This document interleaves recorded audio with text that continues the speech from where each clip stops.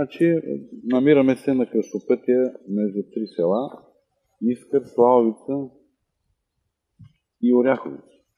Не говоря за Крушовене, тъй като да стигнем до Крушовене трябва първо да бъде изграден мост. Това е место, където ако тези пътища бъдат направени, а за тях има проекти, говоря за пътя Искър-Славовица, и работен, в който има количествено-стойностна сметка в размер на около 2 милиона и 600 хиляди лева, то ще свържи тези пътища, са най-кратките, най-близките пътища за областния център Плевен, ферибота Оряхово и ферибота Никопол. Това са пътища, при които ако се изгради мост на реката на около 1000 метра от нас, това би било прекрасно, защото скъсява пътя между Никопол, Оряхово и всъщност това е едно от местата, в които едни от пътищата, по които може да се отива към сътрудничество с други държави. Румъния, при което ние от румънската граница от Дунава се намираме на около 4 км. Това по самите пътища, но иначе като район, в който се намираме, има значение, има и предистория доста голяма. На времето римляните, тук където ние се намираме, са изградили водопровод, с който са водоснабдявали един от най-големите римски градове в Римската империя, в нашия регион Улпиес. Водопроводът се намира, има останки от него, от село Староселци до самия град Улпиес. Това като една туристическа пътека или като един туристически път, ако бъде направен този път Славовица-Искър, съвсем спокойно може да бъде разработен за връзка с един сериозен туристически поток на пристанище Байкал, Улпия Ескус, панорамата Плевен и връх Шипка. Значи, тези 3 км и 800 метра, ако се направят, разстоянието се скъсява с 20 км в едната и 20 км в другата посока. Времето е с половин час по-късо,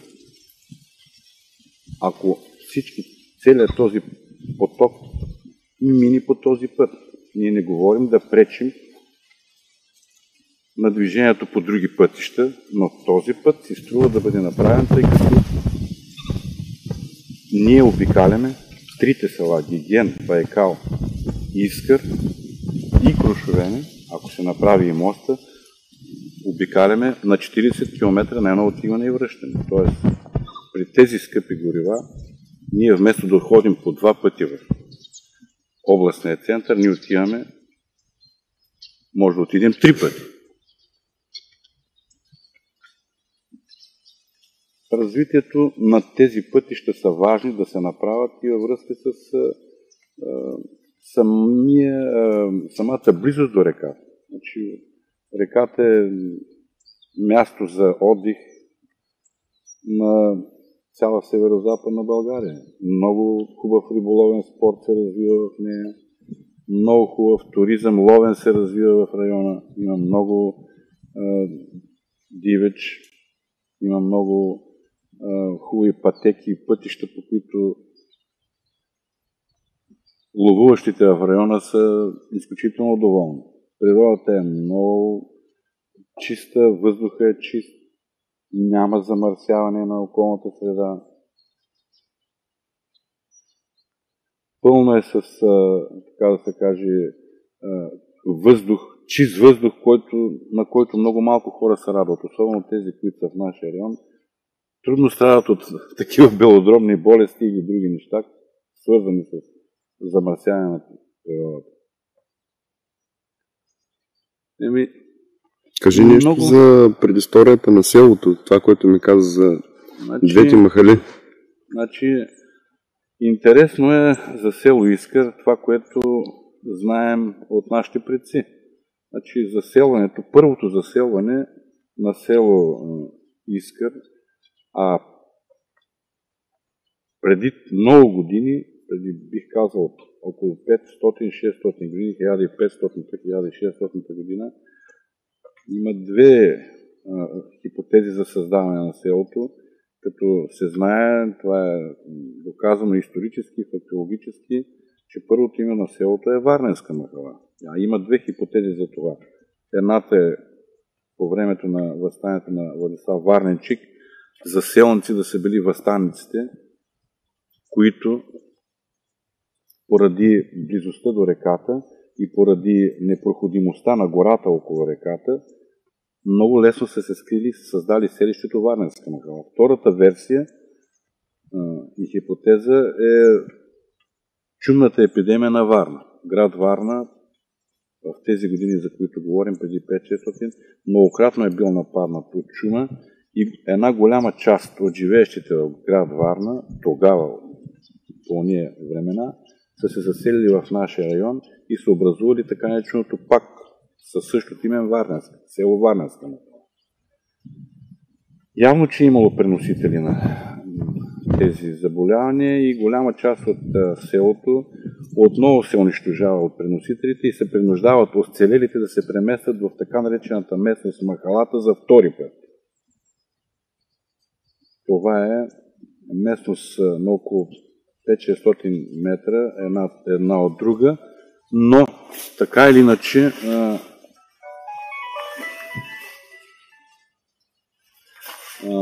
нещата продължават, живота продължава, селото се развива, преместено вече в нова местност, по-нависоко, по-безопасно и по-изолирано от тези, с които са живеели преди, и образуват за втори път село Махалата. Последствие, отново поради свлачищната зона, в която са живеели, и чумната епидемия се принуждават за трети път да се преместят в мястото под гробищата, където в момента има останки от землянките, в които са живели, и започват заселване и преселване по местността над моста, сегашната табела на село Искър, по така наречената местност Селския дол. Това е преселване, което става трети път и поради това, че се заселват към Гиген, приемат името Гигенска махала. Тези хора във времето започват да се заселват малко в дълбочина на Селския дол, доста надалеч вече от реката, на около 2 км и половина, но това им създава проблеми. В смисъл, откъсват се от реката, а реката е била едно от основните средства за прехрана. Риболова е бил един от основните поминъци и скотовъдството. Другото е било по-маловажно. Значи, това е било по данни на хора, с които сме проучвали, сме разговаряли. Става въпрос за възрастни хора на 90 и повече години, от които е събрана тази информация. В последствие обаче се показва и се доказва, че навлизането на техническия прогрес в началото на века и след освобождението на България, те трябва отново да се върнат по-близко до реката, тъй като започват да се правят корекции на реката и близостта до водата ги връща отново към онова место, към което са били се заселили и са живеели преди стотици години. Добре, хайде в оставащите 5 минути да кажеш и за фактите по това колко пъти са били давани пари до сега. Да. И как ги няма и според теб умишленото нежелание на някои хора. Да. Така, значи Исторически много неща не са изследвани в района на селото. Има негласна информация, че е писана един път история, но тази история до ден не е било възможно да бъде. Не е открито. Разговори са водени с много хора, но не е открито. И в историческия музей, и в държавен архив такива данни за история на селото няма. Тъй като ние сме дошли специално тук за пътищата, аз си позволявам да кажа една така обективна истина, която знам и фактически е така. Специално за пътя между Славовица и Искър. Значи пътя е построен, запечатан с трошено-каменна настилка 82-3 година.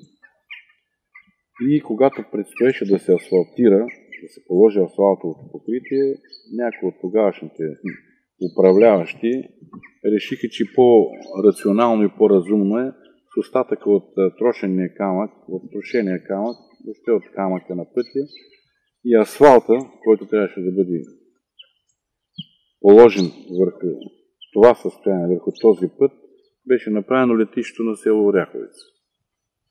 И в момента летището съществува като асфалтирано летище, на което не е кацнал нито един селскостопански самолет, но този път остана без асфалт.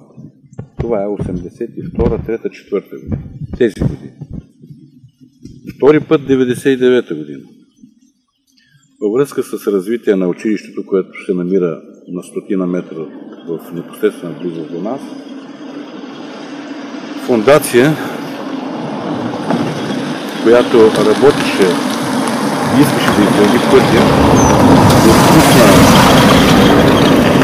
необходимите средства да се асфалтира за втори път и да се положи асфалтово покритие върху пътя, също беше откраднато, да не казваме по-груба дума, но е така и асфалтовото покритие, асфалтът от пътя Славовица и Искър беше положен между град Долна Митрополия и град Тръстеник.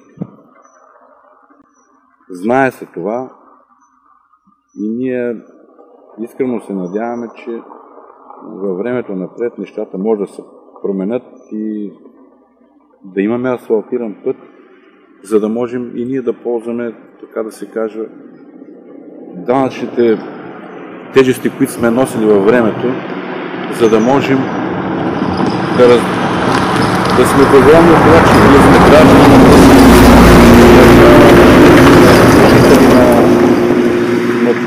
на Европа и много ни се иска да сме достойни жители на Европа, достойни граждани на Европа. Едно от нещата, които много ни тежи и което ни е крайно необходимо е да го направим път. Много е трудно, много е голям потока на автомобили, които минават по пътя.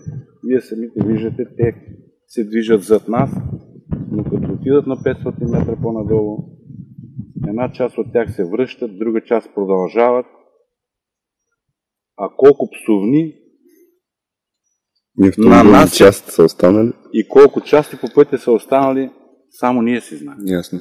Само за край да те помоля, кажи числата като пари, които според теб са необходими да се направи пътя. Значи мисля, че около 2 милиона и 600 хиляди лева са необходими, за да се асфалтира, да се направи пътя както трябва да бъде, за да може да бъде използван така както е по неговите проекти. Както е по проект. Има ли още? Това е.